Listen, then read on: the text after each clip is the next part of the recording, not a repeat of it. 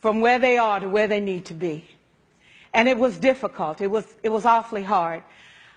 How do I raise the self-esteem of a child and his academic achievement at the same time? One year I came up with a bright idea. I told all my students, you were chosen to be in my class because I am the best teacher and you are the best students. They put us all together so we could show everybody else how to do it. One of the students said, really?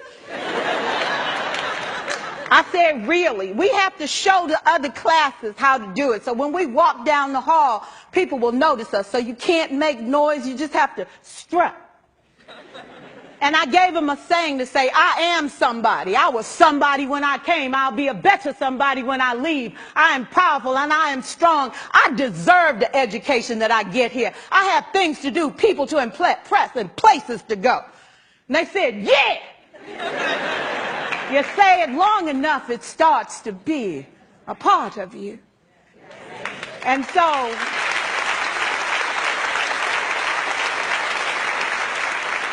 I gave a quiz, 20 questions. Student missed 18. I put a +2 on this paper and a big smiley face. He said, Miss Pearson, is this an F? I said, yes. He said, then why'd you put a smiley face? I said, because you on the roll. You got 2 right, you didn't miss them all. I said, and when we review this, won't you do better? He said, yes, ma'am, I can do better. You see, -18 sucks all the life out of you. +2 said, I ain't all bad.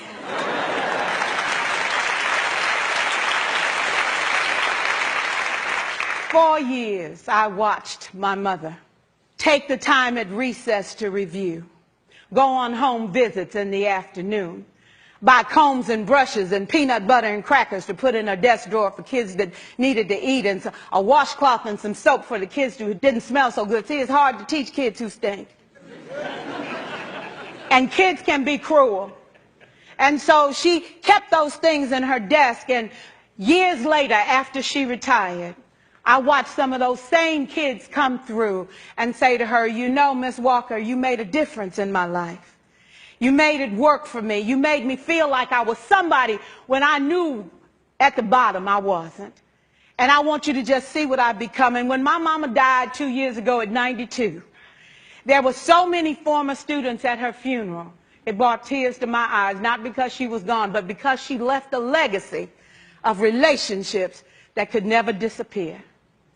Can we stand to have more relationships? Absolutely. Will you like all your children?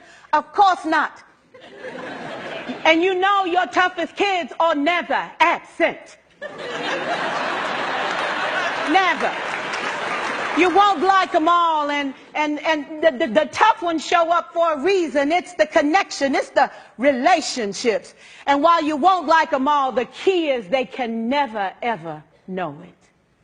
So teachers become great actors and great actresses, and we come to work when we don't feel like it, and we listen to policy that doesn't make sense, and we teach anyway.